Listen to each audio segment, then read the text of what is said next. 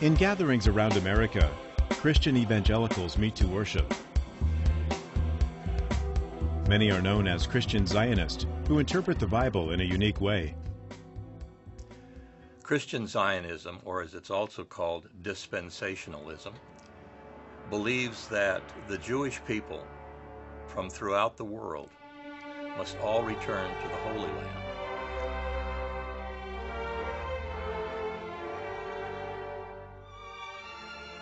And the state of Israel must conquer all of the land between the Nile River in Egypt and the Euphrates River in Iraq.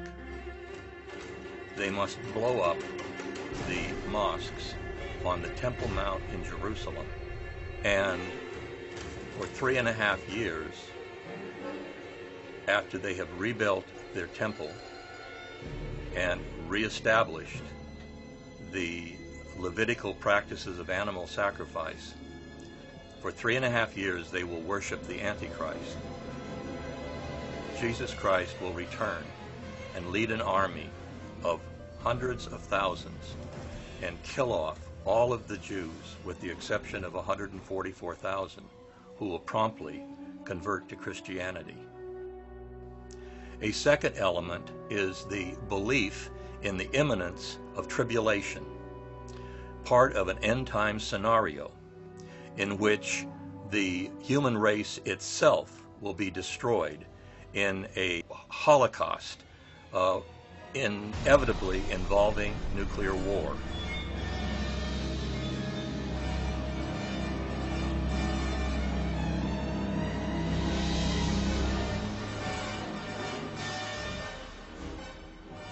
The third element in Christian Zionism is the notion of the rapture, the idea that before tribulation is in full swing, Jesus will return, not for the final time, but for a second time. He returns 3 times, according to the doctrine of the rapture. And he will lift from the earth all of the born-again true Christians. The living and the dead who are born again will be whisked up to heaven, where they can watch the destruction of the earth from bleachers in the sky.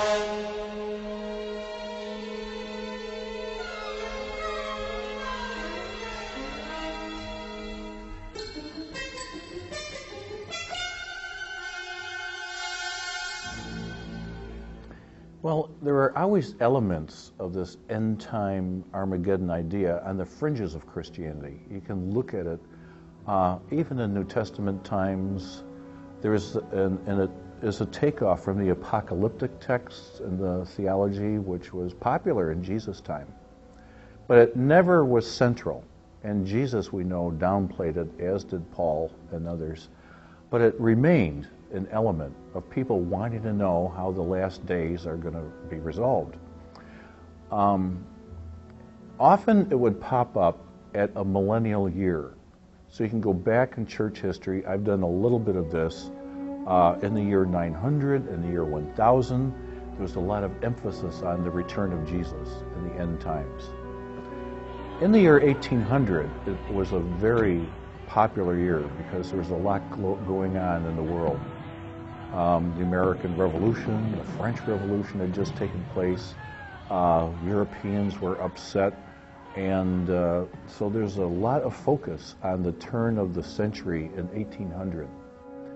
And shortly after that, a lot of writing and theology developed around the idea of the end and predictive prophecy. And one fellow who caught it a little bit later is this John Nelson Darby, who broke away from the Anglican Church. And he was in a Bible study meeting, and a woman was caught up with the Spirit, and she began to speak about the books of Daniel and Revelation as prophesying the end and claiming, I've had a word from the Lord that we are in the last days and Jesus is about to return. This had a huge impact on a few people who were in that room who saw her as a prophet. And they began to form some prophecy conferences. A former parliamentarian was there and sponsored them at his estate. Darby got involved in this, John Nelson Darby, this breakaway Anglican, and he began to do Bible study, and he systematized that movement in a series of writings. And he was very bright. He was a Greek scholar. He knew the New Testament and studied it in Greek. He knew Hebrew. But what he did was he actually tried to create a logical connection between what he saw as Jesus taking people literally into the clouds from 1 Thessalonians 4, so he invented the doctrine of the rapture. Some claim he got it from others, but what we know, he invented that. In the post-Civil War era, the Second Great Awakening, many evangelicals were converted to this teaching by Darby, who made 6 missionary journeys and became very popular in those Bible and Prophecy conference movements after the Civil War era. John Nelson Darby in the 1830s was an Irishman who had an epiphany that he alone could decipher the meaning of the Bible. He was a literalist and he was a cherry picker, and he was able to create this hair-raising horror story involving tribulation and the punishment of mankind and Jesus as a warrior as a result of his epiphany. And he believed, as did all of the dispensationalists after him, that he alone understood the Bible, and that every other human being and all of the Christians were not only in error in terms of their understanding of the Bible, but they were also under the influence of satanic forces. So what is meant by the term dispensationalism? The essence of dispensationalism, as one might expect coming from gentlemen who hated the rest of the world and were self-appointed guardians of the truth, the basis of dispensationalism is the notion of original sin. And a dispensation is one of a series of 7 events with the same pattern, namely that God dictated to the Jewish people a certain course of action, knowing that they would violate and fail so that he could punish them. Most of these exist in Genesis. They should be familiar with everyone. Eve eating the forbidden fruit, the Jewish people and mankind being wiped out through Noah's flood, the various exiles of the Jewish people because of their sinfulness. Finally, and most important, was the rejection by the Jews of the Messiah, Jesus Christ. In each case, the Jewish people were given an assignment or a dispensation. They violated it and they were punished. The 7th dispensation and the final one requires the Jews to return to Israel so that they can be exterminated, except for the 144,000 that will immediately convert to Christianity.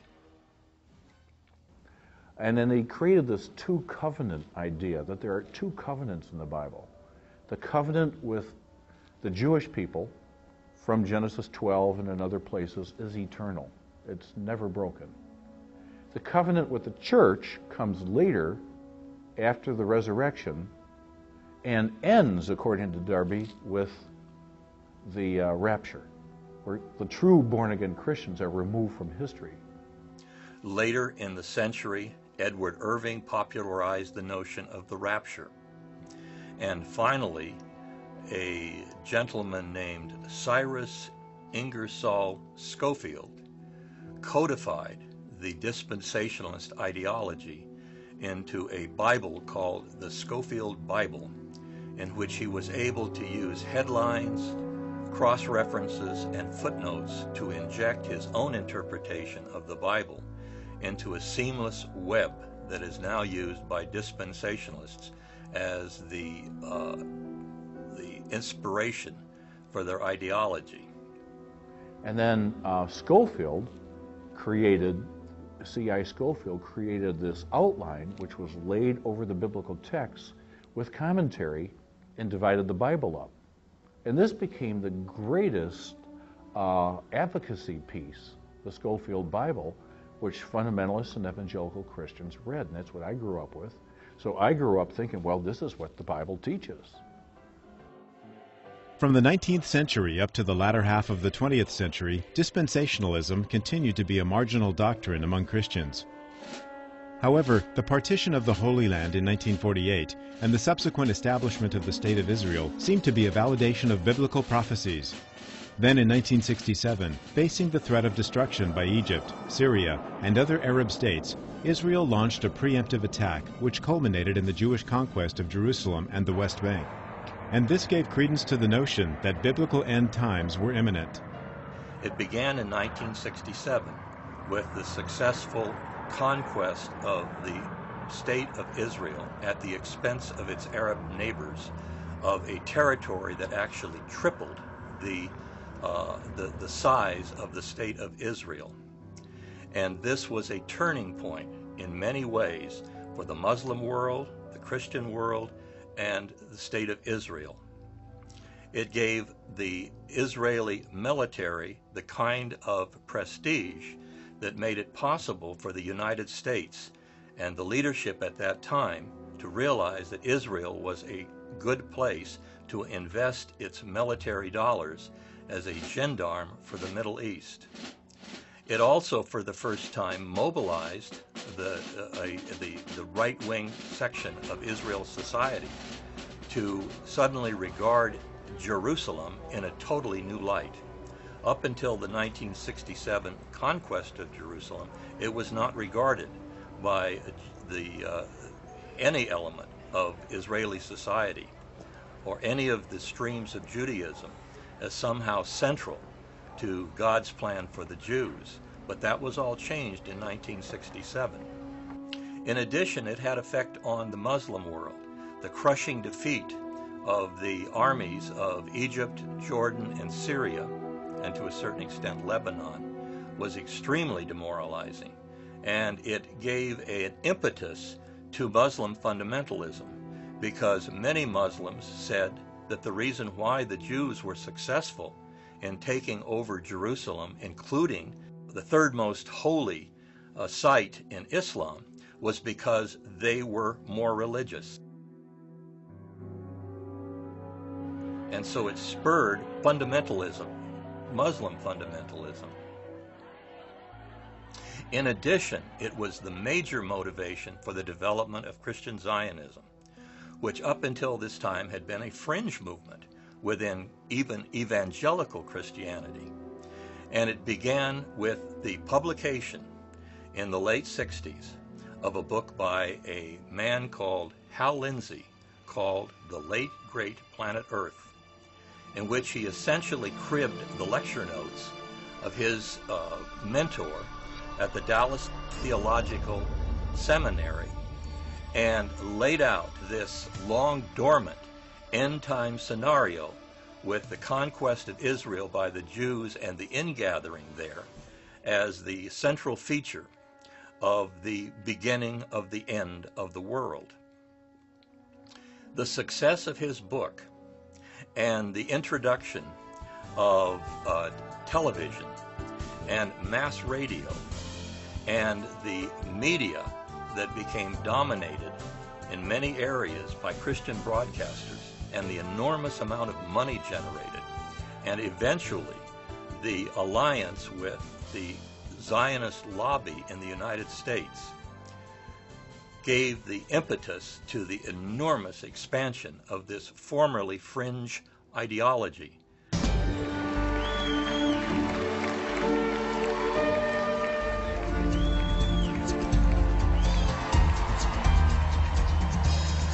On February the 7th of this year, over 400 of America's foremost Christian leaders met at Cornerstone Church in San Antonio and unanimously agreed to come to Washington, D.C. for one reason, and one reason alone, and that was to stand up and speak up for the state of Israel.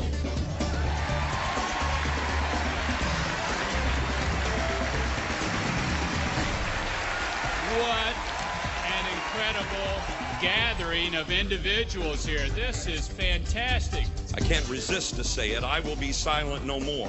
Our times demand it, our history compels it, our future requires it, and most of all, God is watching. 5,000 years from now, we won't remember much, but we will remember this night, and we'll still be talking about it. We'll be talking about the night that the wild branches that were grafted into the mercies of God stood up.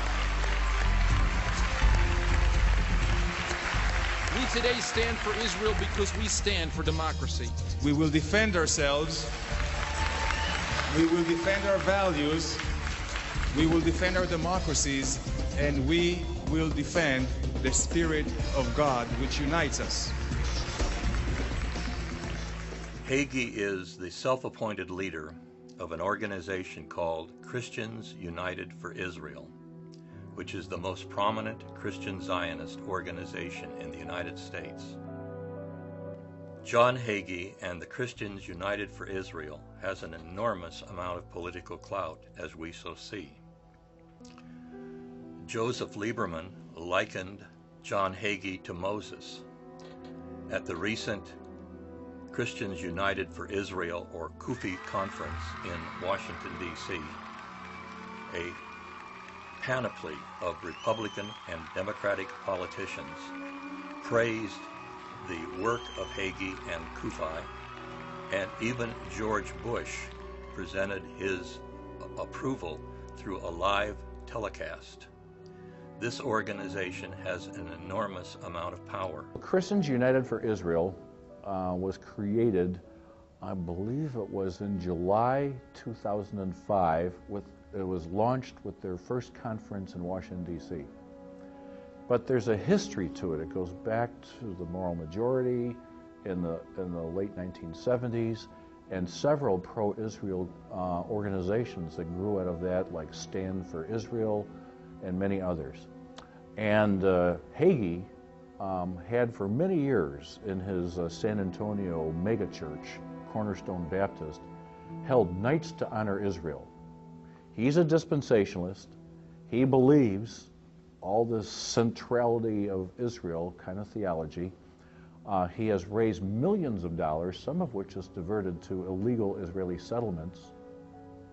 So he has, I think, been, kind of courted by some of these right-wing pro-Israel Christians and the pro-Israel Jewish lobby, AIPAC, to be the spokesperson and the founder of this new movement, Christians United for Israel.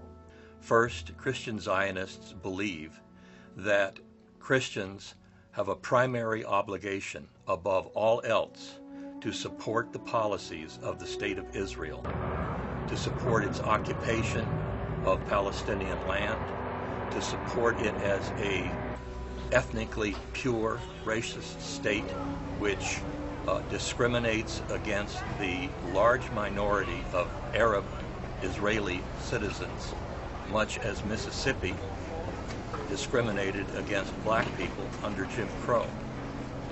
It also supports the expansionist policies of Israel as a military state. And there is virtually nothing that Israel can do that the Christian Zionists are not willing to support. In fact, they are more Zionist than the Zionists. Pat Robertson, probably one of the most prominent televangelists and a Christian Zionist, actually suggested the general and the later Prime Minister, Ariel Sharon, was stricken with a terminal coma because he defied God by evacuating a number of Jewish settlements from Gaza. So the first element in Christian Zionism, and what gives it the name Christian Zionism, is its unqualified support for Israel. Which they get from the pro-Israel Jewish lobby, AIPAC. So if they want a war in Iran, then they're going to mobilize Christians. It is time for America to consider a military preemptive strike against Iran to prevent a nuclear holocaust in Israel and a nuclear attack in America. So, and they're also organizing regionally, and then they have their national convention. So it's a growing and a powerful movement. Virtually every major televangelist on Trinity Broadcasting Network or other media is a Christian Zionist and buys into this ideology. It is a billion-dollar industry. The total audience, viewer audience, reading audience of media controlled by Christian Zionists is estimated to be larger than the total readership of Time, Newsweek, the Los Angeles Times, the Washington Post, and the New York Times combined. The greatest potential of pro-Israel voters will be among fundamentalist Christians. And it's an element in America that's growing. And the Israeli lobby sees that, hey, that represents a larger number. And it's also a natural base of automatic support for the issues we want. Now, ironically, despite the large number of people who believe in the rapture, some 39% of Americans, for instance, believe that when the Bible refers to the end of the earth occurring through fire, this means nuclear war. And some 70 million people believe in the rapture. Americans, incidentally, this is almost exclusively an American ideology, 100% made in America. They believe, despite the large number of people who believe this, you will find that very few of the rank and file Christians who believe in elements of dispensationalism have even heard of the term, much less understand the underlying philosophy and the methodology behind it. The idea of the rapture, I do not believe it's a biblical doctrine. Hagee preaches, but Darby took 1 Thessalonians 4 and made it into a literal historical event. So where it talks about Jesus coming into the clouds and the believers, I believe that is symbolic language, not an actual historical event. But when you look at where it takes you, it forces Jesus into a double second coming. Jesus has to come in the clouds to remove the church, then Jesus has to come back again. That's not biblical. Christian fundamentalists believe that the Bible and its prophecies are in fact a playbook for the present. In other words, the prophets of the Bible, Ezekiel, Jeremiah, and Isaiah, were not simply social critics at the time, warning the Israelites of their evil ways in order to attempt to correct them, as all traditional Bible scholars see it, but that somehow those prophecies fell into a 2,000-year-old time warp and were simply waiting for Pat Robertson and John Hagee and Jerry Falwell to come onto the scene and apply those prophecies to current day events and the eventual and imminent end of the world. So they are a force, and for me as an evangelical and for many of us, they do not represent the gospel. It's a distortion, and it really undermines, I think, a just peace in the Holy Land and they have no concern, not an ounce of compassion for Palestinian Christians who are really suffering, losing land, and being driven out. Now, wouldn't one expect that the Zionist movement in the United States would be opposed to Christian Zionism, both because of the fate that it dictates for the Jewish people, but also because of its ideology, which traditionally, going back to Darby, has believed and put forward unequivocally that God created Christians and Jews to take different paths through their history. The Jews were to take an earthly path, and the Christians were to take a heavenly path. And Jews were never to be allowed to go to heaven unless they converted to Christianity. Obviously, the Zionist establishment in the United States is perfectly aware of the anti-Semitic content of Christian Zionist ideology. But going back as far as the late 1970s, when the State of Israel reportedly gave Jerry Falwell his personal Lear jet, the Zionist establishment has realized the value of Christian Zionism despite the essential anti-Semitism of its ideology. To Jewish Zionists, the Christian Zionists are useful idiots.